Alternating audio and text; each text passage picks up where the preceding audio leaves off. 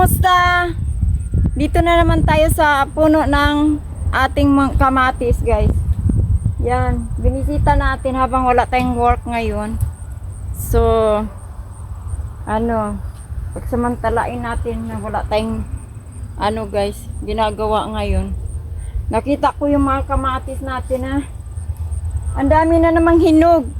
So, harvestin natin guys. Hindi natin pwedeng baliwalain ito kasi may pumapasok na snail.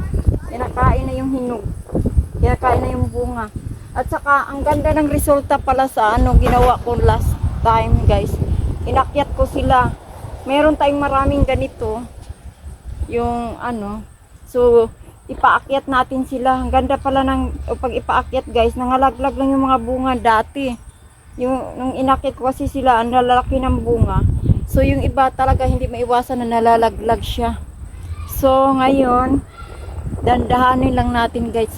At saka harvest natin yung mga pula-pula na bunga niya, hinog na.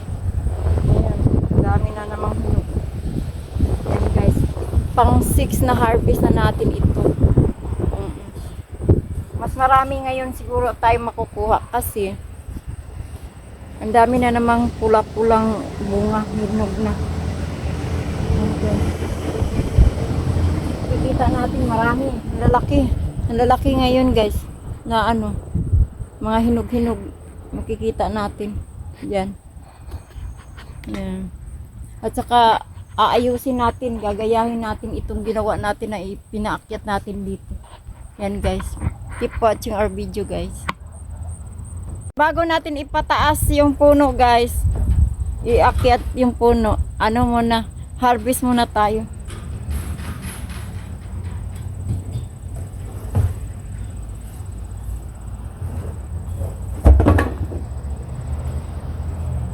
Yan.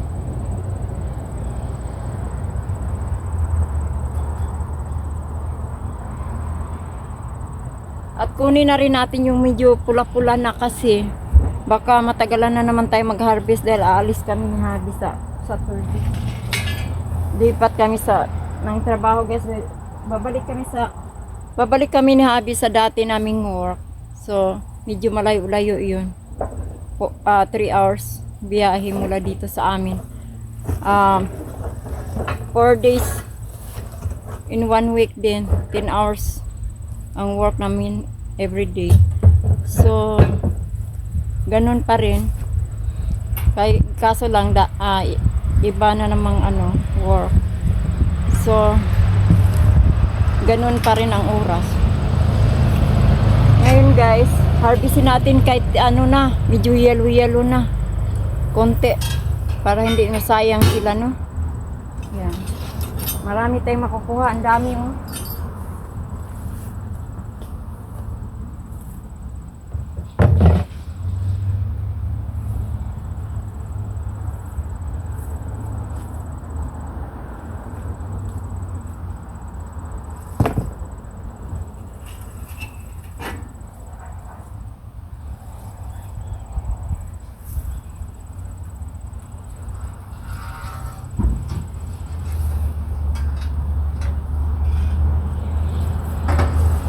Yan guys. Marami. Marami tayong itas kaagad.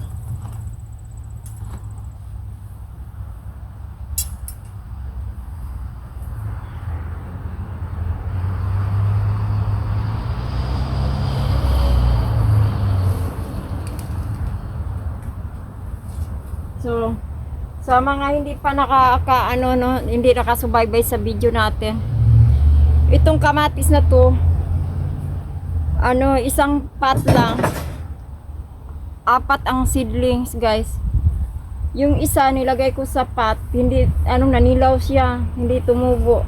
Pero yung tatlo, ito yung nag-spread, yung tatlo. Dito natin tinanim kaagad. Nag-spread siya, guys. Nang sanga ng marami, yung tatlo. Namunga ng sobrang dami. Yan, bless tayo yan yung grasya na binigay ni God sa atin. Yan guys, kaya iniingatan natin sila. Yan.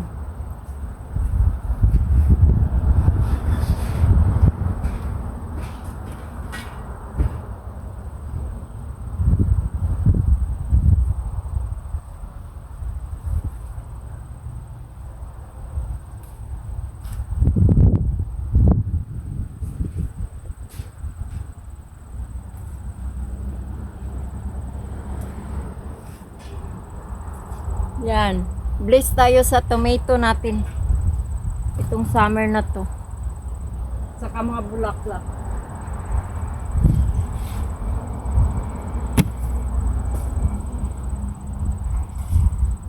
Ang bili ko nito $2 lang guys, $2. Apat na seedlings sa isang pot. Pero nag-harvest ako pang 6 na to. 6 harvest na natin.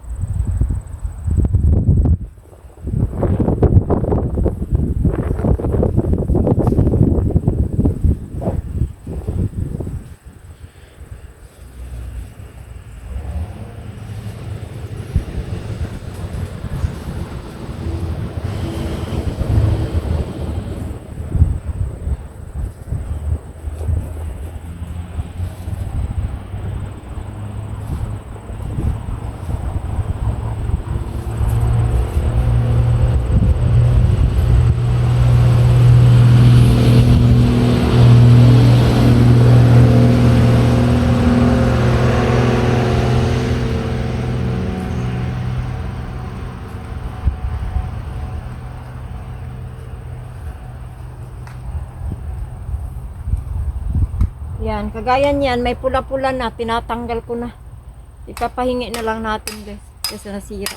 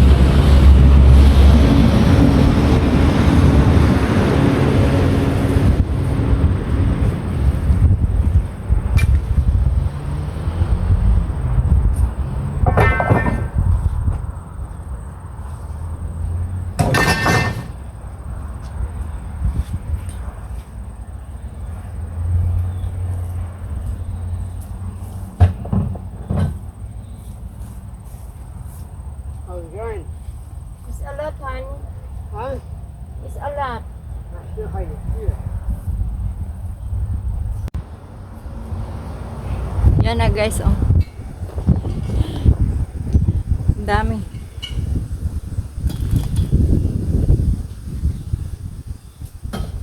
Dami-daming hinog. Yung iba hindi natin nakikita kasi sumayad sa lupa. Takpan sa dahon. Kaya nga, langan natin wiwiin.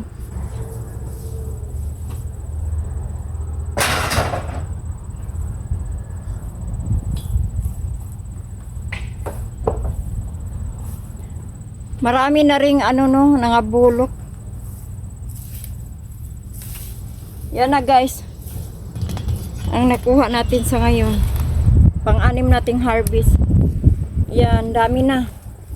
Ang dami na naman. Mas marami ngayon ang nakuha natin sa 6 na harvest. Yan guys.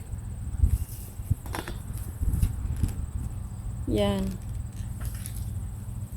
Kinuha natin medyo pero naninilaw na siya.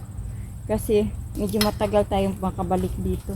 Ulit mag-harvest. Ilang araw lang marami na namang hinog. Ang dami pa rin bunga guys. Namumungi. At na may mga bago na namang tumubong bunga. Hindi mawawalan. Yan, namumulaklak at namumunga pa rin siya ng panibago. Kaya yan, inano ko last time na nag-harvest tayo, pinaakyat ko yan. Yan guys. Medyo maganda parang tingnan pag nakaakyat guys. Kaso nga lang maraming nangalaglag na bunga nung ginawa natin kasi mabigat ang bunga, malalaki kasi. Pag iakyat, ipatayo natin, nalalagyag-lag yung iba. Pero worth it. Kasi ang ganda tingnan no, na nakatayo siya. So pag samantalain natin, wala akong ginagawa ngayon. Marami tayong mga ganito eh. Yung mga alambre na ganito. So, try kong ipatayo guys. Itatry kong ipatayo sila. Yan guys. Patayuin natin. Titingnan natin kung anong resulta. Mga laglag yung mga bunga. Di bali, kunin na lang natin yung mga nalaglag, no? So guys, ito na yung na-harvest natin. Yan. For our 6 harvesting. Yan, kadami guys. Ngayon, ang pinakamarami. Marami pang mga dilaw-dilaw doon, pero mamaya kukunin, idagdag natin dito. Sa ngayon, pinapatayo ko sila guys. Sinubukan ko silang ayusin, pinapatayo ko sila. Yan. Kasi sa lupa, nasisira yung bunga nila. Kinakain sa snail. So, itry natin patayuin guys. Gamit yung mga alambre natin. Yan. Thank you for watching. See you in my next vlog guys. Love you guys. Bye bye.